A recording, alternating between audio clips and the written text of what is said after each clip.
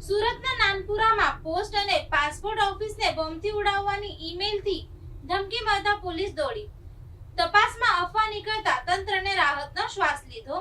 સુરત શહેરના હાટ સમાન નાનપુરા વિસ્તારમાં આજે તે સમયે ભારે દોડધામ અને ફફડાટ વ્યાપી ગયો, જ્યારે આવેલી મુખ્ય પોસ્ટ ઓફિસને પ્રાદેશિક પાસપોર્ટ ઓફિસને બોમ્બથી ઉડાવી દેવાની ધમકી મળી હતી। અજાણ્યા ઇસમ દ્વારા ઈમેલ મારફતે બંને મહત્વપૂર્ણ કચેરીઓને એક સાથે નિશાન બનાવવાની ધમકી આપવામાં આવતા જ સમગ્ર સરકારી તંત્ર અને સુરક્ષા એજન્સીઓ એલર્ટ થઈ ગઈ હતી।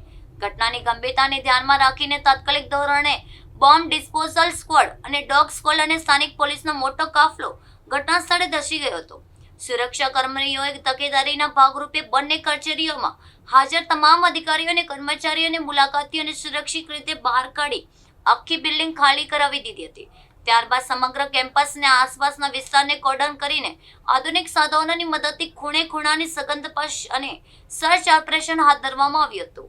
પ્રાથમિક તપાસમાં આ એક ફેક ઈમેલ હોવાનું જણાયું છે, છતાંય પોલીસ સુરક્ષા વ્યવસ્થા સજ્જડ રાખી છે।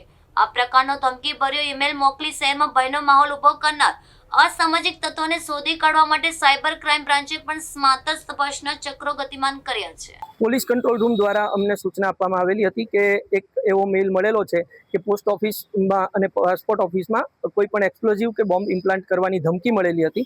જે ધમકી મળ્યાને અનુસંધાને પોલીસે તાત્કાલિક પોસ્ટ ઓફિસ પર અને પાસપોર્ટ ઓફિસ પર જઈ પોતાની કાર્યવાહી કરેલ। BDDS ટીમ, અમારી જે બોમ્બની ટીમ છે, એને બોલાવી અને તાત્કાલિક સઘન ચેકિંગ કરાવેલું છે। તમામ જગ્યા ચેક કરવામાં આવેલી છે અને હાલ અત્યારે કોઈ પણ આવી વસ્તુ પ્રાથમિક દ્રષ્ટિએ કોઈ મળેલી નથી અને એની સમગ્ર BDDS દ્વારા ચેકિંગ કરતા આ ધમકી જે મળેલી છે એને અનુસંધાને કોઈ એવી શંકાસ્પદ વસ્તુ મળેલ નથી, જેથી હાલ સંપૂર્ણ શાંતિ છે। મેલમાં શું જણાવવામાં આવ્યું હતું અને કઈ રીતના મેલ આવ્યો હતો અને કેટલા વાગે?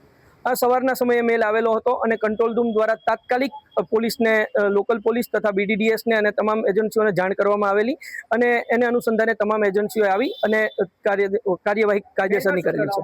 મેલમાં પાસપોર્ટ ઓફિસ તથા જે પોસ્ટ ઓફિસ છે એમાં એક્સપ્લોઝિવ કે કોઈ પણ બોમ્બ કે એ પ્રકારના કોઈ પણ ઇમ્પ્લાન્ટ કરવામાં આવેલાની ધમકી આપવામાં આવેલી હતી।